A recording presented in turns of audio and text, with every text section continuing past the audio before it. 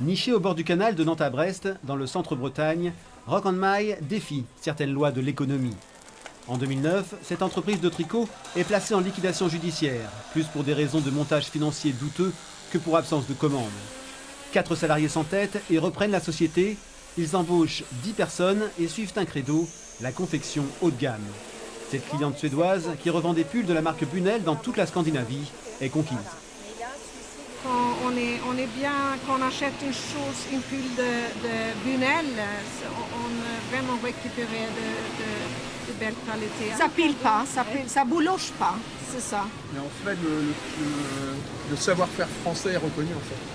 Donc là-bas, un produit qui est fabriqué en France, pour eux, c'est gage de qualité déjà. Si la laine est néo-zélandaise, il n'y en a plus en France, tout le reste est français. Rock & My fabrique des pulls, jupes, robes et manteaux, vendus à 60% dans les pays scandinaves, 40% en France. Donc là, on est sur un autre client donc, qui s'appelle La Touche Française, donc, qui a relooké le pull marin et qui le développe sur le territoire français et même aussi à l'exportation.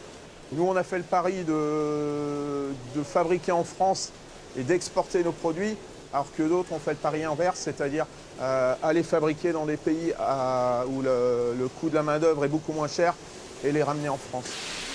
Repassage, coupe, couture. Aujourd'hui, l'entreprise emploie 25 personnes en CDI. Elle a vu son chiffre d'affaires doubler en 9 ans et produit entre 20 et 25 000 pièces chaque année. Un petit miracle. Delphine, modéliste et l'une des associées qui a repris la société en 2009, en tire une certaine fierté, mais se rappelle d'où elle vient. Si actuellement le carnet de commandes déborde, il faut toujours rester à l'affût du marché. Il faut toujours avoir l'œil ailleurs. Il faut toujours aller regarder comment les choses sont faites et jamais avoir peur de se remettre en question, de justement, un tel le fait comme ça, analyser pourquoi.